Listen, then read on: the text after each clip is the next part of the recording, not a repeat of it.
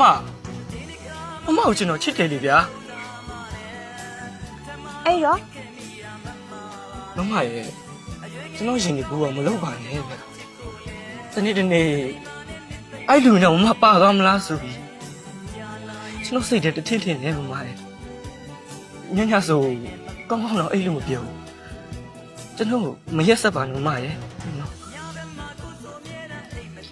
ရှမ်းပဲမင်းရလေတကက်ချတိတ်ကြီးပဲ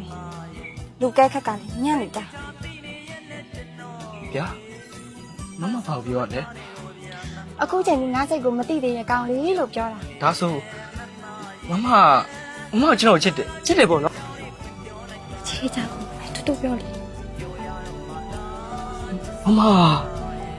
မကျွန်တော်ချစ်တယ်ပေါ့နော်